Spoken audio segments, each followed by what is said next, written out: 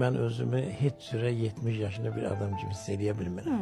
İnsanın özünün özünə verdiyi qiymət ləyaqətdir, cəmiyyətin ona verdiyi qiymət şərəfdir. Vicdan nədir bəs? Vicdan ruhun bədənə üsyanıdır, vəssalam.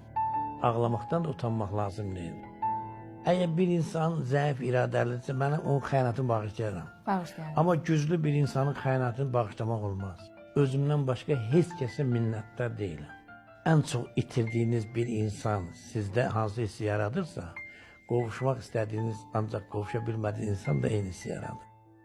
Sənin yaşamadığın istənilən də sənin üçün izah olunmayan dərddir.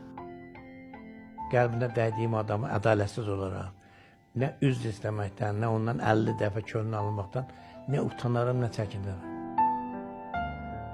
Biz tariyə qismətə də inanmalıyıq da. Əgər belə yaşamışsa, deməli belə məsləhət olur.